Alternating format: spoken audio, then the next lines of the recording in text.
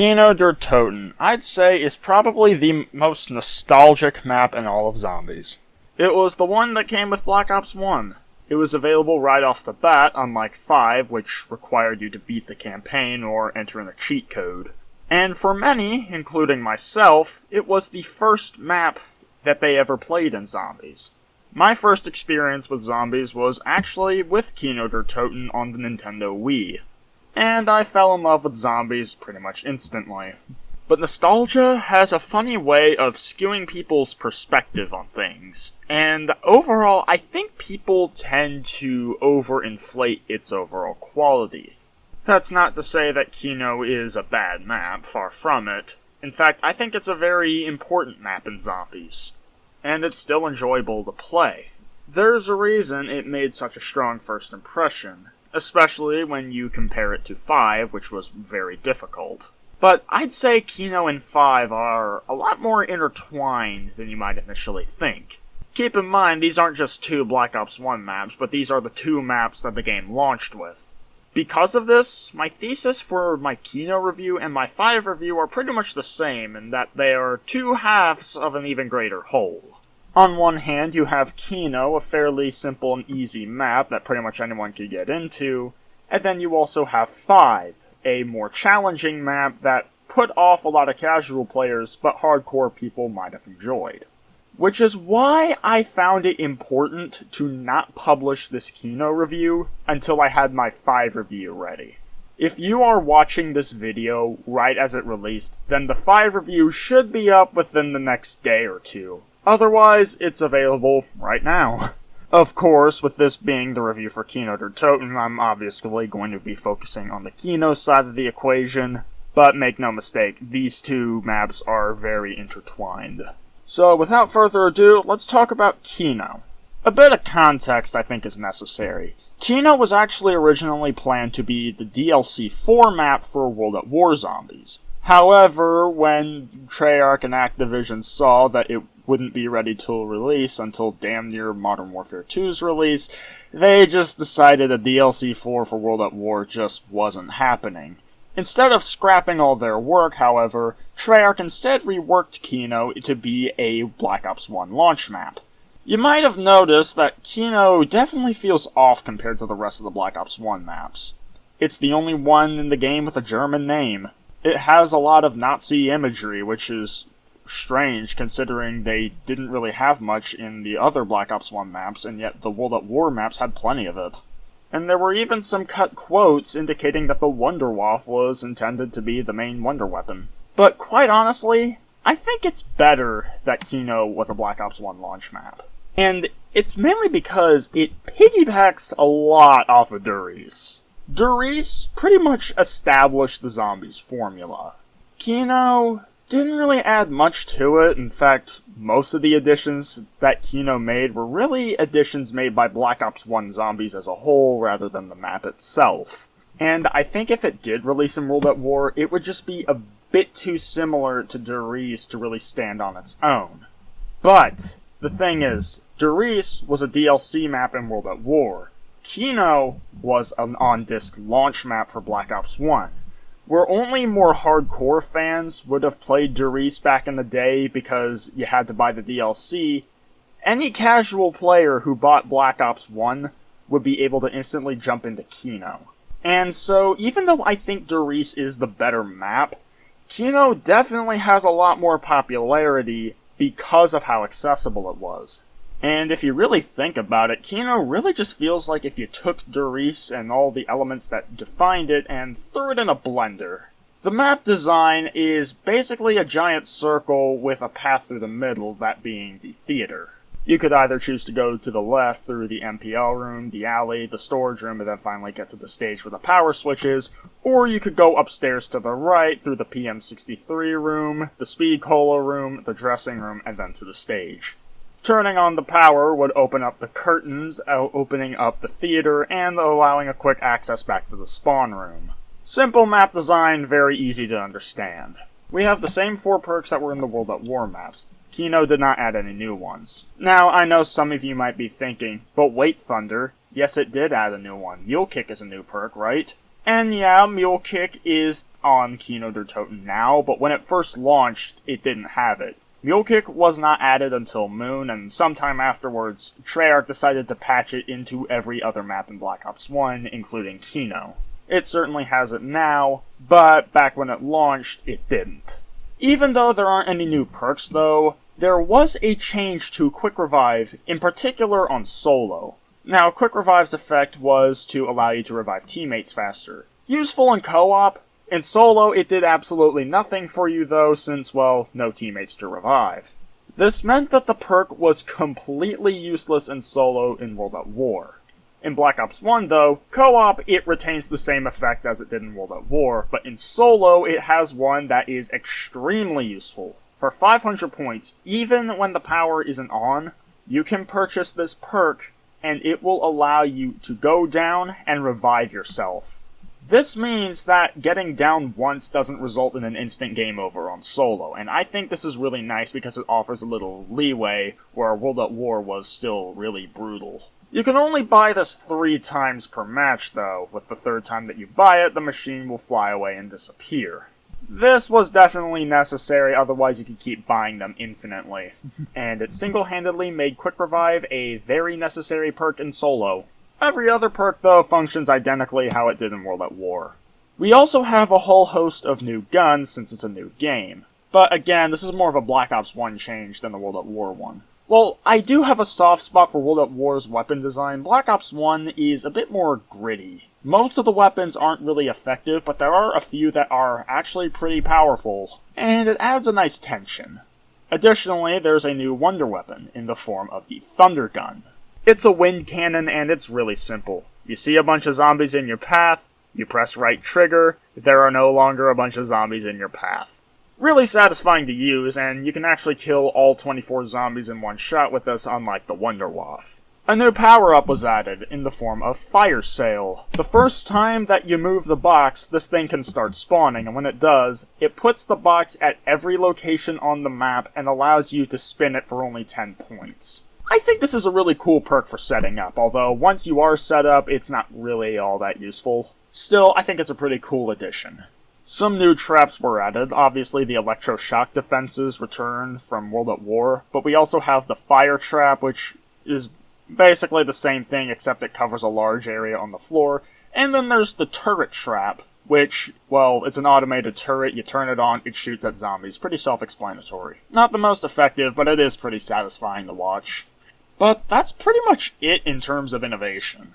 Everything else pretty much feels like Derice. So you turn on the power, and then in order to get to Pack-a-Punch, well, actually you can pretty much get to Pack-a-Punch almost immediately after turning the power on. To do it, you link a teleporter. Gee, that sounds familiar. This time, though, teleporting is free, but you have to link it every single time you want to use it. This takes you to the Pack-a-Punch room, which is, fun fact, the only Pack-a-Punch room in all of Zombies where the zombies actually cannot get to you. You have about 30 seconds to use the Pack-a-Punch machine, and then you can also throw grenades down at the zombies in order to occupy the rest of the time. That's always really fun. Then it might teleport you to a very small room that's very unsettling, where you might find a film reel, and occasionally even the power-up. The film reels can be taken back to the projector room where Pack-a-Punch is, and placed in the projector to reveal some story details. And then you're put back in the spawn room. Besides that, there's not really much to do on the map besides simple survival. In terms of strategies, there aren't as many viable options as there were on Derice, although the options that are viable are a lot more viable. The most popular is, of course, training on the stage, and if you decide to do this, it is in your best interest to not open the door between the storage room and the stage, because doing so will make this a lot harder. But still, it can be good, simple fun if you just want an easy time. In terms of camping, though, there aren't that many spots to do so. I mean, I guess you can make it work in the jug corner, and from what I understand, there is a strategy where you camp in the MPL room and keep one of the doors closed. I guess you could also get a train to work in the spawn room, but besides that, there don't really seem to be too many options. This just strikes me as a downgrade from Derice, where you can pretty much do whatever you want. There's plenty of options for camping and training on that map. Dog rounds return. Cool. Oh, and there's also a new enemy, Nova Crawlers. Nova crawlers largely function like regular zombies, except they crawl along the ground, meaning you have to aim really low to headshot them, and when you kill them, they'll explode with gas, unless you either kill them with a wonder weapon or a melee attack. The explosion can hurt you a little bit, and the gas will blur your vision and make it hard to see. I don't hate them, but I'm not a big fan of them either. I guess you can kill them, and then the explosion will be delayed for a few seconds, and then after when they explode, they kill any nearby zombies. But it's a bit tricky to do this, especially when they're mixed in with a bunch of regular zombies, and their legs keep blocking your headshots. In terms of side Easter eggs, there's really not much here. You have the 115 music Easter egg, and it's definitely one of the best Easter egg songs in Zombies, although I still think Beauty of Annihilation is better. Great banger to listen to, though, when slaughtering zombies. There's also the audio reels, like I mentioned earlier. You get them from the weird little mini-rooms when teleporting, and then you can put them in the projector and it'll reveal some story details, but it's kinda hard to understand over the sounds of zombie screams, because it is kinda quiet. That's about it in terms of side content. This is a Black Ops 1 map, but what really strikes me as odd is that this map does not have a main Easter egg, even though Derice did. I kinda expected them to expand upon the concept introduced in Derice, but they just didn't, and they wouldn't do so until Ascension. There really isn't too much else to say about the Black Ops 1 version, though, so let's go ahead and talk about the Black Ops 3 version in Zombies Chronicles. The Zombies Chronicles version of Kino Der Toten is largely the same as the Black Ops 1 original, but it obviously has updated graphics. The Black Ops 1 guns were replaced with Black Ops 3 weapons. I think I prefer the Black Ops 3 guns overall.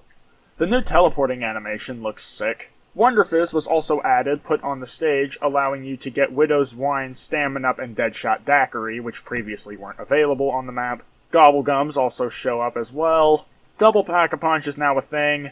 You know, stuff from all the other Chronicles remasters. It also adds another side quest, the Samantha Doll one. This one is done by a door in the alley. Somebody will knock a bunch of times, and then you have to repeat the number of knocks a few times by knifing it. I guess you could do this on co-op, but on solo, I've never been able to pull this off because a zombie will always come up behind me and I'll have to deal with it, and by the time I do so, it would have failed a step, or even if I'm listening to it, it's so hard to hear, even when you're standing next to it, that even if you step away, even for a minute, you're gonna miss the knocks.